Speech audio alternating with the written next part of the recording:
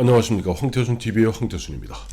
오늘 2020년 4월 7일 화요일 오후 저녁 무렵입니다. 오늘 조금 전에 그냥 5시쯤이죠. 오후 5시쯤 조선일보 홈페이지를 보니까 이한수 기자가 보면 서평, 좀 긴 내용의 서평입니다만은 서평을 갖다가 올렸더군요. 오늘 4월 7일 발간되는 쇼핑은 투표보다 중요하다. 이 책을 낸 사람은 누구냐 하니까 강준만 전북대 교수입니다. 대한민국의 흔한 얘기로 양심적 진보 지식인으로 평가되는 사람이 이 진중권 전 동양대 교수, 또 강준만 전북대 교수 같은 분들을 갖다가 이야기할 수 있겠죠. 강준만 교수는 단도직입적으로 얘기해서 문재인 대통령은 최소한의 상도덕도 지키지 않았다. 유시민은 1984년 9월의 세상에 갇혀있다. 어영시민으로 칭하는 이들은 진보 언론마저 어영이 될 것을 요구하고 있다. 라고 그야말로 뼈를 때리는 이야기를 하고 있습니다. 아마 문재인 대통령과 조국, 그 다음에 지금 흔히 문꿀 오소리니, 문빠니 하는 이런 사람들이 강준만 교수의 이야기를 들었을 때 과연 어떤 반응을 보일지 참 궁금합니다. 그래서 제가 별로 길지 않은 기사입니다만은 소개해드리고자 합니다. 문재인은 최소한의 상도덕마저 지키지 않았다. 유시민은 서울대 프락치 사건이 있었던 1984년 9월의 세상에 갇혀있다. 어영 시민으로 칭하는 이들은 진보 언론마저 어영이 될 것을 요구했다. 보수가 비판하는 진보의 행태가 아니다.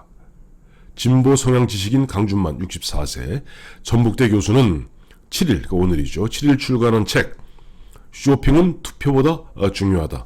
저희가 강준만 교수 얼굴하고 그 책 이렇게 올리겠습니다. 쇼핑은 투표보다 중요하다. 인물과 사상사에서 출간한 책인데요. 그래서 문재인 대통령을 비롯해 유시민 노무현재단 이사장 등을 실명 비판하고 이른바 문빠 지지층이 가져온 폐해를 지적하며 강도 높게 비판했다.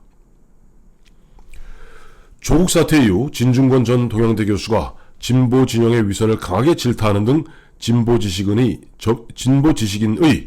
진영 비판이 이어지고 있다.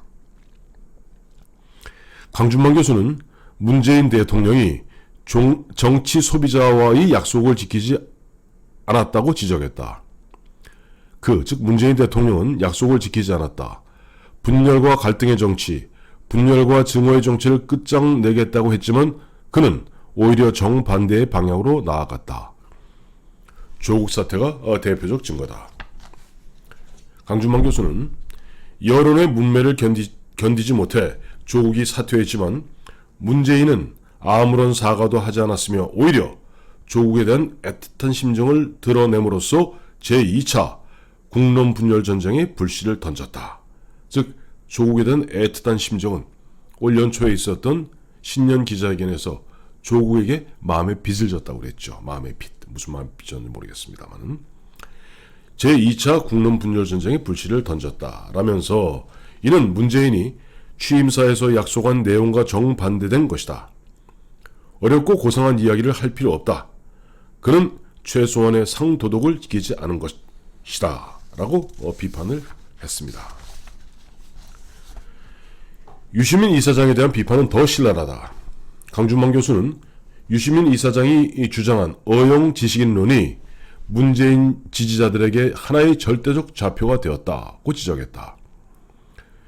유시민 이사장은 2017년 5월 대통령 선거 직전 진보 정부에 대한 어용 지식인이 되려 한다고 주장했다. 강준만 교수는 맹목적인 당파성을 진보의 자리에 올려놓고 어용이라는 말 안에 녹아 있어야 할 수치심을 지워버렸다. 라면서 수치심을 지워버린 효과 때문이었을까? 인터넷엔 자신을 어용시민으로 칭하는 이들이 대거 등장했으며 이들은 진보 언론마저 어용이 될 것을 요구했다고 비판했습니다. 강준만 교수는 유시민은 아직도 서울대학교 프락치 사건이 일어났던 1984년 9월의 세상에 살고 있는 것처럼 보인다. 라면서 민주화가 이루어질 대로 이루어진 오늘날에도 유시민은 그 시절의 선명한 선악 이분법의 사고의 틀에 갇혀있다고 비판했습니다. 이 서울대 프락치 사건이란 전두환 정권 때인 1984년 9월 서울대학교 학생들이 학교 내에 있던 타 학교 학생 및 민간인 4명을 정보기관 프락치, 즉 첩자로 오인해서 감금하고 물고문, 폭행 등을 가한 사건이다. 이때 참여했던 대표적 인물이 지금 민주당의 사무총장인 윤호중 의원이죠. 유시민 이사장은 당시 사건에 연루돼 징역형을 받았고 이때 쓴 항소 이유서가 명성을 얻었다. 강준만 교수는 1980년대의 운동권을 지배했던 사고 가운데 조직보위론이라는 게 있다. 조직보위론이라는 게 있답니다. 운동 조직을 적의 공격에서 보위하기 위해서 내부에서 성폭력 사건이 일어났다 하더라도 조직 밖에 알려서는 안 된다는 논리다. 유시민은 민주화가 된 세상에서 그 썩은 냄새 진동하는 조직보위론을 다시 꺼내든 것이다. 강준만 교수도 보면 64세고 아마 보면 저희보다 연배가 한 2, 3년, 3, 4년 연배이시다 보니까 아마 그 당시에 386 운동권들 또 386 운동권들의 맏형 역할을 했던 유시민과 같은 긴급조치 세대 때 5.18 이후에 징집되었다가 다시 복학생들 이 사람들이 언필칭 이 조직 보위론이라는 것을 들먹이면서 여기 나오죠. 성폭력 사건이 일어났다 하더라도 조직 밖에 알려서는 안 된다는 논리.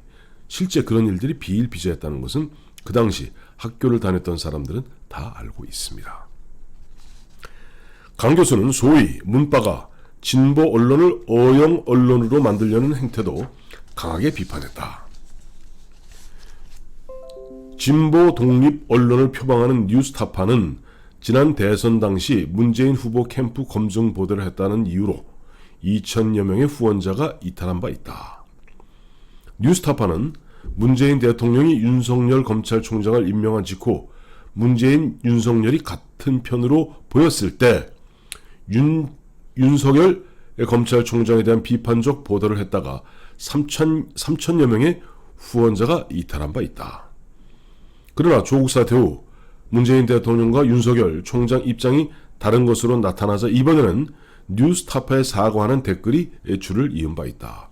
이게 뭐냐니까 지금 각 언론사에다가 이 문파들이 어마어마하게 압력을 가하는 모양입니다. 그러다 보니까 기억하시겠습니다만 유시민 씨 같은 경우 지난해 보면 KBS 법조팀을 갖다가 사실상 해체하지 않았습니까? 입안에 혀같이 말을 잘 듣는 KBS조차도 조금 비위에 거슬리는 보도를 했다 하여 그때 KBS 사장을 지칭하면서 유시민 씨가 이런저런 언어적 폭력을 가하니까 결국 KBS가 당시 법조팀을 갖다 싹 바꾸는 참 이 세상에 있어서는 안 될 일들이 벌어지곤 했죠. 문파는 다시 이제 강준만 교수 얘기입니다. 문파는 경향신문, 한겨레 등 이른바 진보 언론에도 절독을 하겠다며 위협을 하고 어영 언론이 될 것을 요구했다. 강준만 교수는 정부 여당에 종속된 기관 보도원 노릇이나 하라는 요구가 도대체 그 어떤 명분으로 정당화될 수 있다는 말인가. 어영을 철저하게 실천하는 북한이나 중국의 언론 모델이 바람직하다는 것이었을까? 라고 정말 현재 문재인 대통령, 유시민 이사장 그리고 자칭 문파라는 사람들의 그 뼈를 때리고 있습니다. 강준만 교수는 책 출간 이유에 대해서 왜 우리는 일반 소비자의 갑질에 분노하면서도 약자를 상대로 한 정치적 소비자의 갑질엔 침묵하는가? 왜 우리는 민생이야말로 소비의 영역임에도 소비를 자본주의의 죄악과 연결시켜 배관시하는 위선과 오만의 수렁에 빠져 있는가? 라면서 나는 이 책을 통해 그런 문제를 제기하고 싶었을 뿐이다. 라고 얘기했는데 아마 그런 생각이 듭니다. 지금 진중권 교수도 마찬가지고 강준만 교수도 마찬가지고 나름대로 진보 내에도 어떻게 보면 자기의 진보의 원래적 가치, 본질적 가치에 대해서 매달리려 하는 사람들 입장에서는 문재인 대통령과 문재인 대통령 그 주변 사람들이 보여주는 것이 제대로 된 진보도 아니고 그야말로 이익관계, 이해관계, 그다음에 패권, 다음에 끼리끼리 뭉쳐 사는 그런 행태에 불과한 것이에요. 진보가 아닌 겁니다. 그래서 지금 저쪽 김해에서 열심히 뛰고 있는 장기표 선생이 작년에 그 유명한 얘기를 했죠. 자기가 겪어본 운동권의 생리, 너무 운동권의 뭐 대부시니까 보면서 문재인 대통령은 운동권 사쿠라다. 즉 그들 나름대로 그 패권과 기득권을 쥐고 있는 가운데 거기에 굽신굽신 고개를 조아리는 얼치기 좌파, 가짜 좌파, 가짜 진보. 다음에 운동권도 엉터리 운동권, 운동권 사쿠라다라고 뼈아픈 얘기를 했습니다.